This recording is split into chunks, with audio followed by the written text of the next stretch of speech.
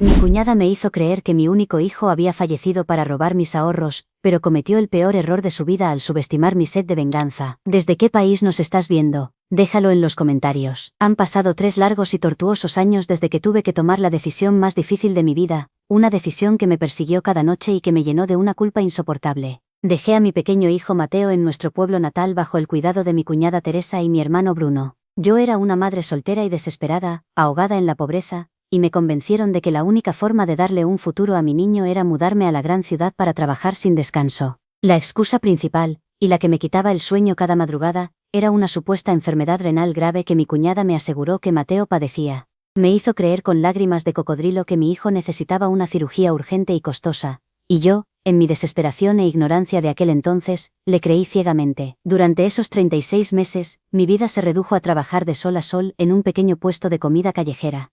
Mis manos estaban llenas de quemaduras y cicatrices por el aceite hirviendo, mi espalda dolía constantemente y apenas dormía unas pocas horas al día. Todo lo que ganaba, absolutamente todo, lo enviaba de regreso al pueblo.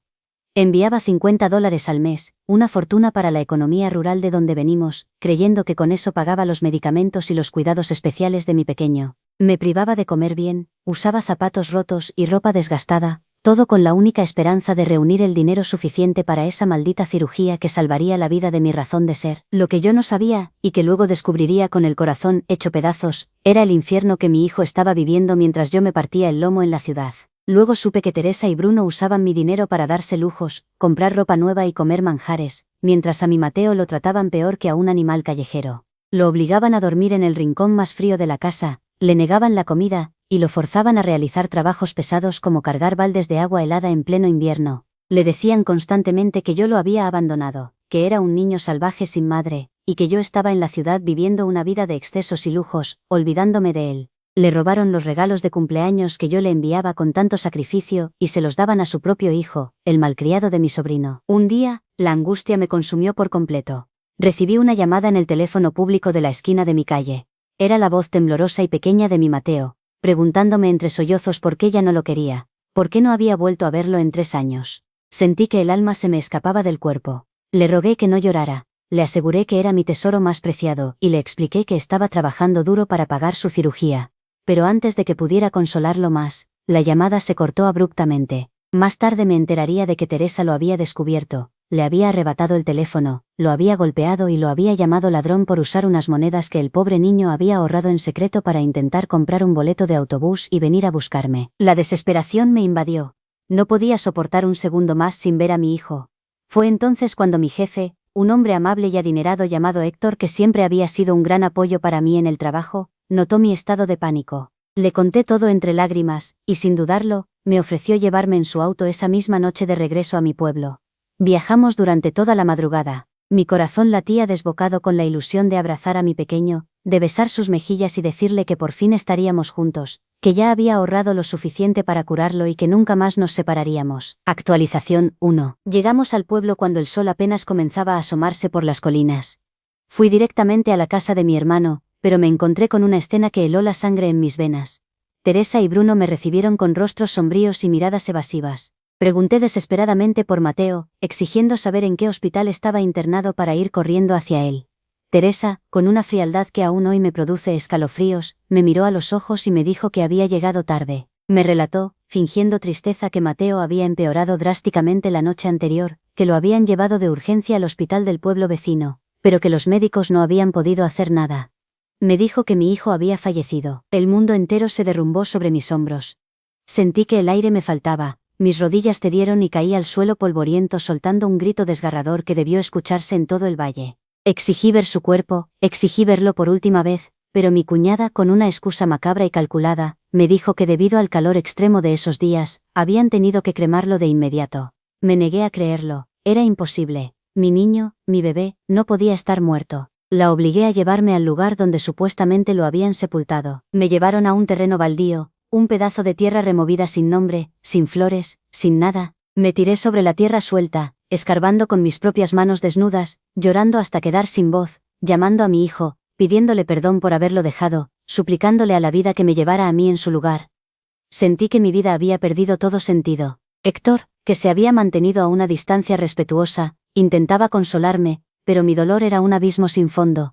Pasé horas allí, aferrada a la tierra, creyendo que abrazaba los restos de mi única razón de existir. Actualización 2. Mi luto, sin embargo, se transformó en una furia incontrolable apenas un par de días después. Me negaba a abandonar el pueblo, vagando como un fantasma por las calles de tierra. Fue entonces cuando la verdad, cruel y retorcida, salió a la luz. Estaba caminando cerca de las afueras del pueblo cuando vi a lo lejos a un hombre arreglando un viejo vehículo. Era Simón, un muchacho del pueblo que había crecido huérfano y al que todos marginaban, llamándolo ladrón y vagabundo. Pero no estaba solo. Junto a él, cubierto de tierra, con la ropa hecha jirones y extremadamente delgado, estaba un niño. Mi corazón se detuvo. Mis ojos se llenaron de lágrimas, pero esta vez de una conmoción indescriptible. Era él. Era mi Mateo. Corrí hacia él con las pocas fuerzas que me quedaban, gritando su nombre. Él se dio la vuelta y al verme, corrió hacia mis brazos. Nos fundimos en un abrazo desesperado, llorando a mares. Lo revisé de pies a cabeza, besé su rostro sucio, toqué sus brazos delgados. Estaba vivo, mi hijo estaba vivo. En medio del llanto le pregunté qué hacía allí. Simón me explicó todo. Me contó cómo Teresa había echado a Mateo a la calle al enterarse de que yo volvía, para evitar que yo descubriera los abusos. Me contó cómo mi cuñada le había dicho a mi hijo que yo me había buscado un nuevo amante y que ya no lo quería, dejándolo a su suerte para que muriera de hambre. Simón, a pesar de no tener nada, había acogido a mi hijo compartiendo con él los pocos bocados de comida que conseguía. La rabia que sentí en ese momento es algo que ninguna palabra en español puede describir adecuadamente. Supe de inmediato que todo había sido una estafa repulsiva. La enfermedad, la muerte, la cremación, todo fue una mentira monstruosa orquestada por Teresa y mi propio hermano para seguir robándome el dinero que yo les enviaba religiosamente. No esperé ni un segundo más. Tomé a Mateo de la mano y marché directamente hacia la casa de esos monstruos. Entré pateando la puerta. Teresa estaba sentada cómodamente contando dinero. Al ver a Mateo a mi lado su rostro palideció. Le exigí una explicación, le grité que era un demonio, que me había robado 3 años de vida de mi hijo y que lo había matado de hambre. Ella, en lugar de arrepentirse, se puso a la defensiva. Me gritó que ese dinero era su pago por soportar a mi hijo, que yo era una malagradecida, y tuvo el descaro de levantar la mano para golpearme. Pero esta vez yo no era la misma mujer sumisa de antes. Me defendí con la fuerza de una madre leona, la abofeteé con tanta fuerza que la hice retroceder, dejándole claro que no permitiría que volviera a ponerle un dedo encima a mi niño.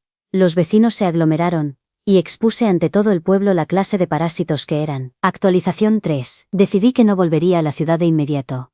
Héctor, que había presenciado toda la miseria a la que habíamos sido sometidos, me ofreció quedarme en el pueblo y trabajar en una nueva fábrica textil que se estaba instalando en la zona del condado. Acepté trabajar como personal de limpieza, pues necesitaba estabilidad inmediata para estar cerca de Mateo y ayudar a Simón, quien había sido el único ser humano decente con mi hijo. La fábrica estaba contratando, y Simón quería postularse para un puesto de mecánico. Sin embargo, la maldad de mi cuñada parecía no tener límites. Teresa también se había enterado de las contrataciones y quería a toda costa meter a su holgazán marido Bruno en el mismo puesto que deseaba Simón.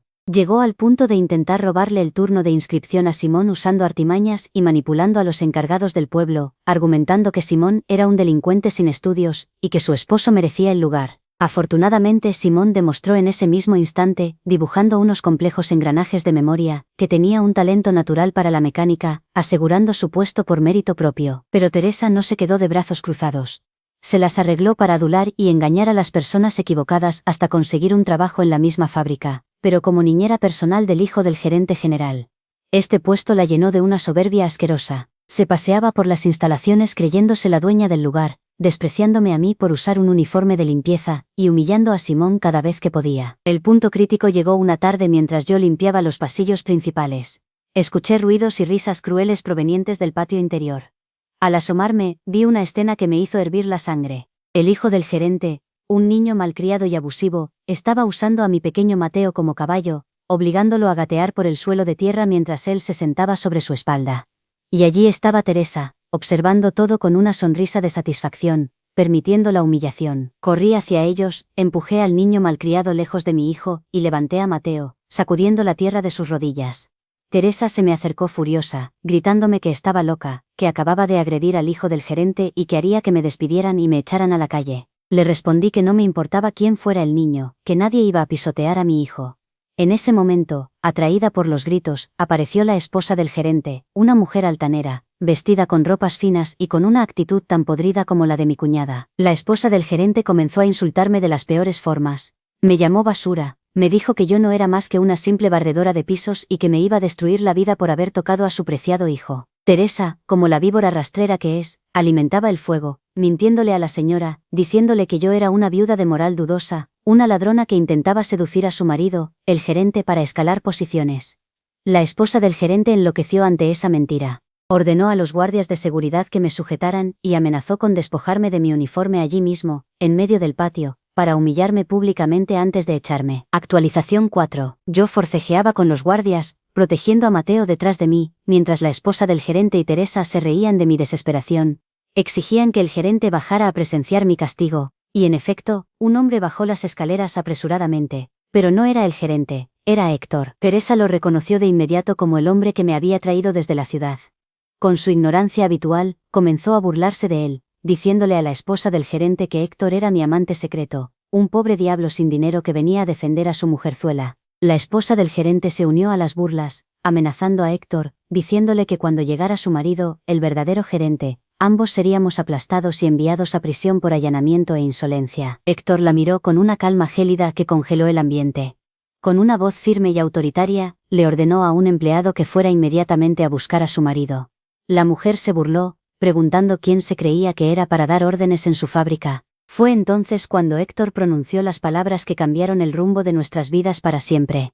Anunció, ante la mirada atónita de todos, que él no era un simple empleado de la ciudad, sino el presidente y dueño absoluto de toda la corporación textil. El silencio que siguió fue absoluto.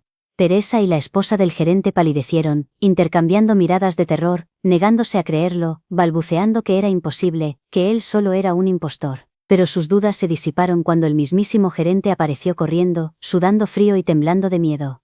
El gerente se detuvo en seco, hizo una reverencia profunda, y se dirigió a Héctor llamándolo señor presidente, preguntándole con voz aterrada en qué podía servirle. El rostro de la esposa del gerente se desfiguró por el pánico. Intentó acercarse a su marido para quejarse de mí, pero el gerente, dándose cuenta de la magnitud del desastre, le propinó una fuerte bofetada a su propia esposa frente a todos. Le gritó que se callara, que su ceguera y sus prejuicios acababan de ofender a la persona más importante de la empresa. Luego el gerente se arrodilló prácticamente ante Héctor, suplicando piedad.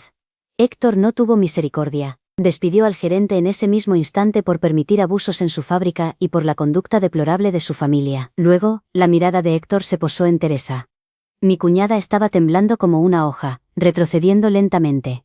Héctor ordenó a la seguridad que la detuvieran. Le recordó todo el daño que me había hecho, el robo sistemático de mis ahorros durante 3 años, el maltrato físico y psicológico hacia un niño inocente, y la crueldad extrema de fingir su muerte. Teresa se arrojó al suelo, llorando lágrimas verdaderas esta vez, suplicando mi perdón, jurando que lo hizo por desesperación económica, que su marido no trabajaba y que necesitaba mi dinero para sobrevivir. Me suplicó por nuestros lazos de sangre. La miré con el mayor desprecio que un ser humano puede albergar. Le dije que a quien debía pedirle perdón era a Mateo, el niño al que dejó morir de hambre y frío.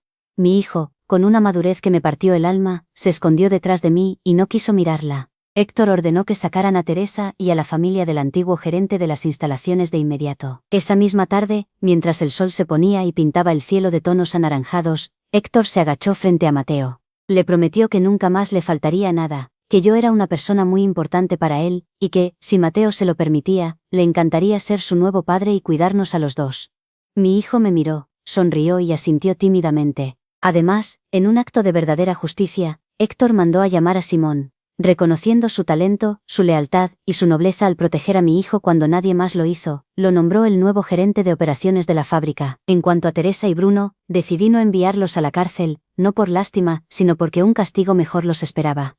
Héctor les permitió quedarse trabajando en la fábrica, pero en los puestos más bajos y pesados. Ahora, cada centavo que ganan con el sudor de su frente es embargado para pagarme hasta el último billete de los $50 mensuales que me robaron durante esos 3 oscuros años. Ahora saben lo que es trabajar de verdad, mientras yo, por fin, tengo la familia y la paz que tanto soñé.